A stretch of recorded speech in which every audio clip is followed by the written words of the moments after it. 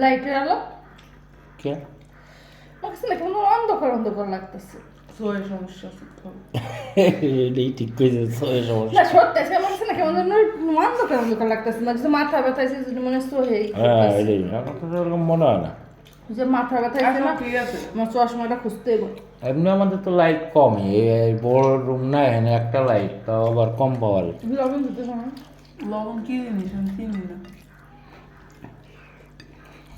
দিলে কি হয় আমি চিনি না আর লবণগুলো চেনে না দেখো ওই যে তরকারি দাও। তরকারিটা আজকে একটু আলাদা আল্লাহ